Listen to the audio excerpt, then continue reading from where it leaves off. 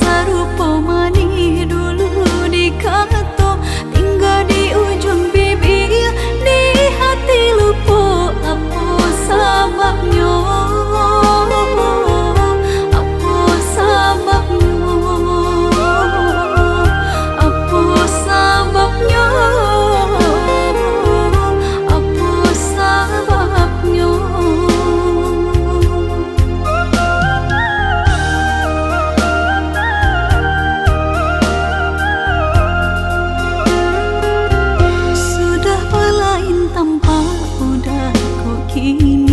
Para solah berjarak berjauh diri, matanya